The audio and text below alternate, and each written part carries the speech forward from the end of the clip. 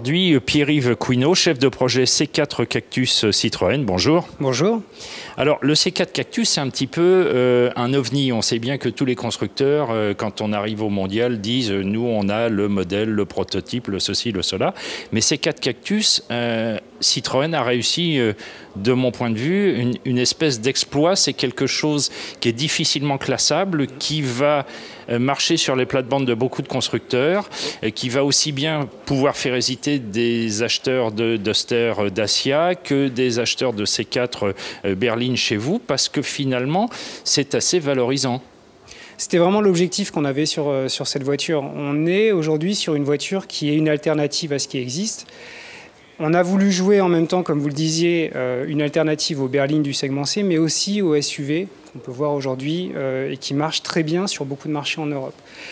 Et puis, on a voulu aller plus loin en termes de design. Comme vous le disiez, c'est un peu inclassable parce que justement, on a un design qui révolutionne un petit peu le secteur auto. C'est plus qu'un concept car, presque un concept car qu'on a mis dans la rue.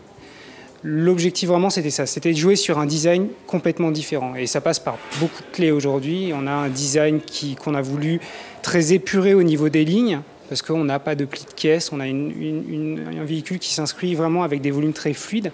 Et puis on vient contraster tout ça avec certains éléments, des attributs propres au SUV, les passages de roues qui sont marqués, on a cette garde au sol qui est un peu surélevée, on a des barres de toit, et puis on a cette innovation que tout le monde voit et qui est l'élément principal sur lequel aujourd'hui les gens communiquent, c'est l'air bump. L'air bump, c'est une exclusivité mondiale, il y a 10 brevets qu'on a mis là-dessus. On est parti d'un concept très simple, c'est aujourd'hui, revenons à une protection d'un objet qu'on a voulu très design, une protection technologique et utile. D'accord. Alors l'air bump, excusez-moi de vous couper. Pour le grand public, on va rappeler un petit peu ce que c'est. Ce sont des protections latérales. Exactement. Et si vous pouvez nous détailler la façon dont ça fonctionne. Bien sûr. Alors aujourd'hui, c'est les protections qu'on retrouve sur le latéral de la voiture et puis qu'on coordonne avec des éléments sur le bouclier avant et bouclier arrière. C'est en fait très simple. C'est une technologie de capsules d'air qui sont cachées sous une peau souple. Et en fait, l'objectif de cette innovation technologique, c'est vraiment de venir amortir les petits chocs du quotidien. En bref, c'est le coup de portière de votre voisin qui est garé trop proche, qui vient un petit peu violemment taper la portière.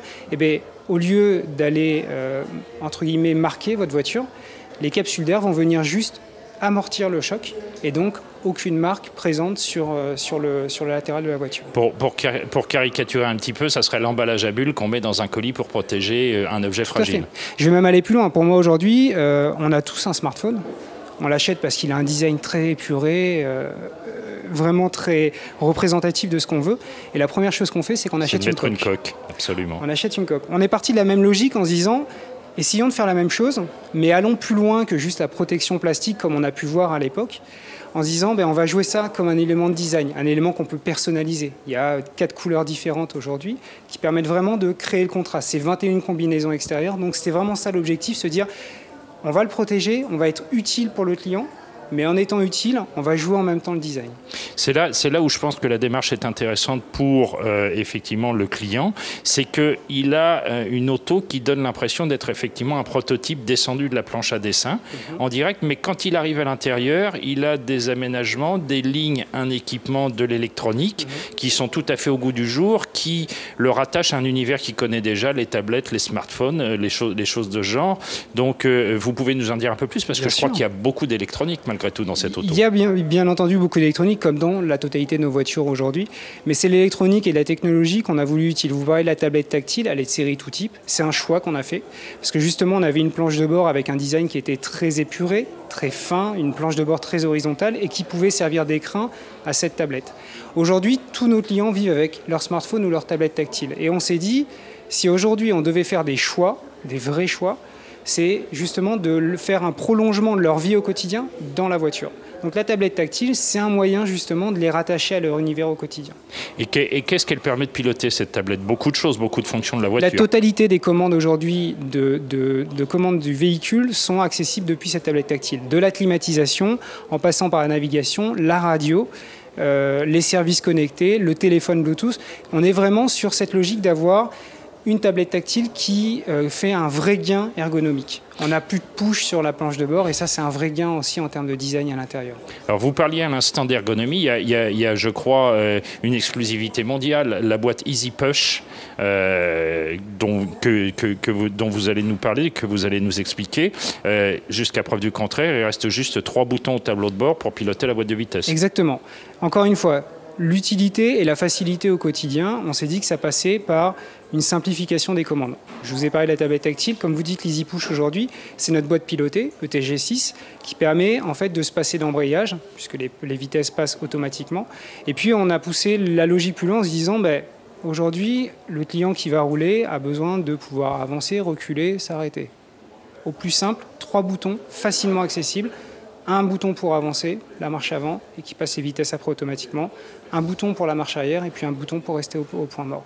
C'est un élément vraiment aussi qu'on a joué en termes de design, avec un décor noir laqué, des inserts chrome.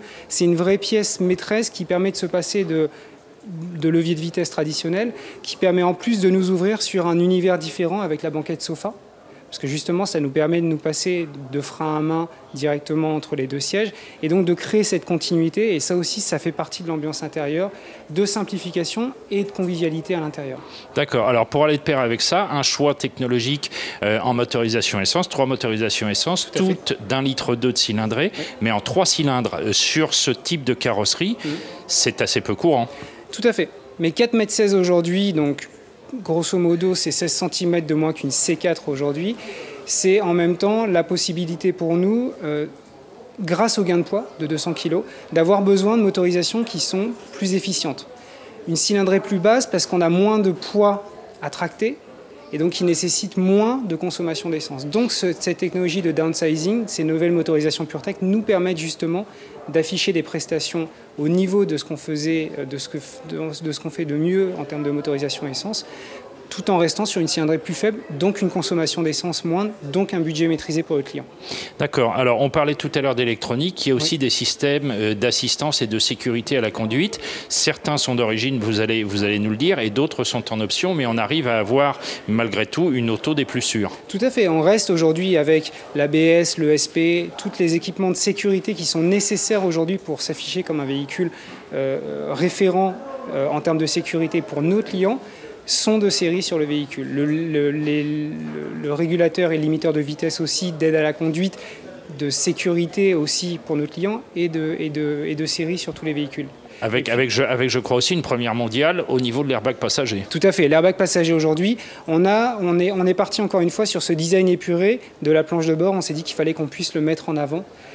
Et la technologie d'aujourd'hui nous a permis de remonter l'airbag passager au niveau du pavillon et donc de libérer totalement la planche de bord. Donc aujourd'hui, on a cette planche de bord qui est libérée de tout le mécanisme d'explosion de l'airbag et qui permet d'intégrer une boîte à gants, la top box qu'on a appelée, qui fait 8,5 litres de capacité. Donc c'est vraiment une boîte à gants facilement accessible puisqu'elle s'ouvre sur le haut de la planche de bord.